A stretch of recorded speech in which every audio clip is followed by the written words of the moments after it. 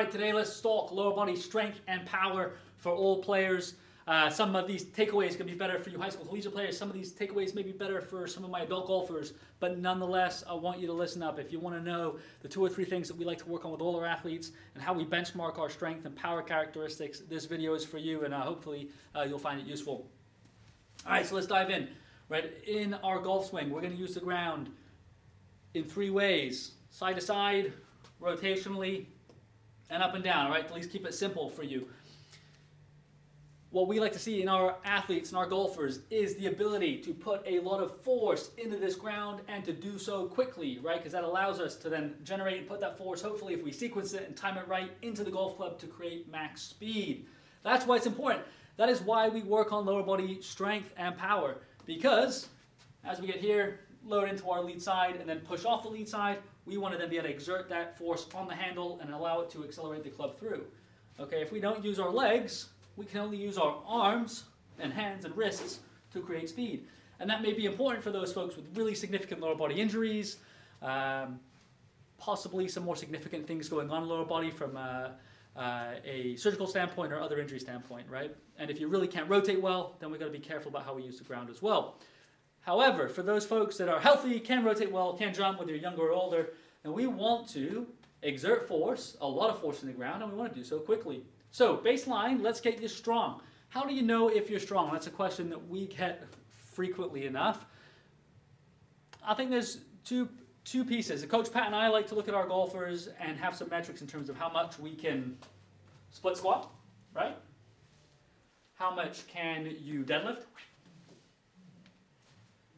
We like to see you at least split squat 50% of your body weight for 8 reps. That's a minimum, okay, baseline. And then what I'd like to see also is, can you deadlift? We like to use the hex bar, a little bit safer, load the spine, hips, and knees a little bit more evenly. Can you deadlift 2.5 times your body weight? So I weigh a whopping 150 pounds.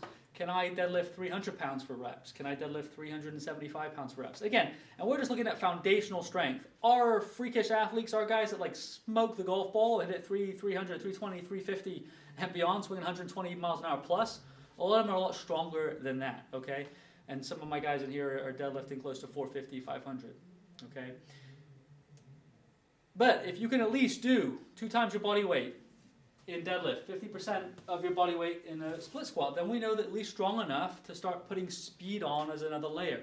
We don't want to put speed on a layer of crap. That's something Dr. Greg Rose likes to talk about from TPI headquarters, right? We don't want to put speed on stuff that's not very good. If you don't move well and you're not strong, we can't just go throw speed around like crazy. It can be dangerous, especially for our guys that really don't move well, especially older, have more limitations, okay? So let's get you moving as well as we can. That's a prerequisite. Let's get you strong, baseline. And then let's work on things from a speed standpoint. So today I want to go into a little bit more detail about how do you train speed. So again, once you're strong, how do we train speed?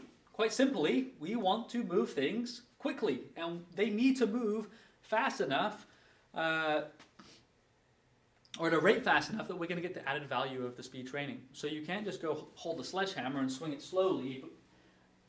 It's not going to give you much, right? So we got to do super speed training, over speed training for the golf swing speed. Swing your driver as fast as you can for golf swing speed. For the lower body qualities, today I think I was going to talk about strictly lower body, so let me get too off topic for you all, is we want to be able to create speed with our lower bodies. What does that mean?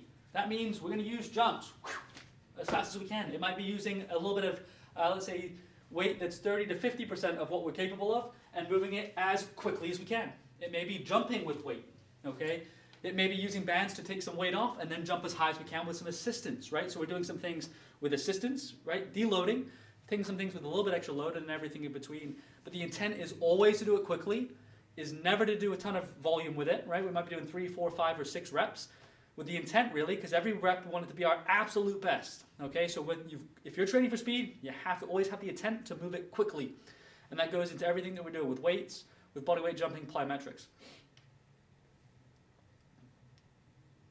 Hopefully, right, you can take some of these principles, right, that we've just talked about today, training with intent to be fast, using less reps, and making sure that you have a foundational base of strength before we ask to put on a ton of speed into movements, okay? There are some things we'll put speed onto, but we'll try and do it slowly and safely. but we've got to build your strength up prerequisites as well. So again, a little bit of a longer video for me today. I like to ramble and talk about this stuff. But for those of you watching, hopefully you found a little bit of insight to how we like to view and help our athletes and what we know works for some of our athletes. And you can either use it to affect what you're doing on your own, or certainly if you have any questions and how it can apply for you in here, we'll be happy to help. All right, have a good one.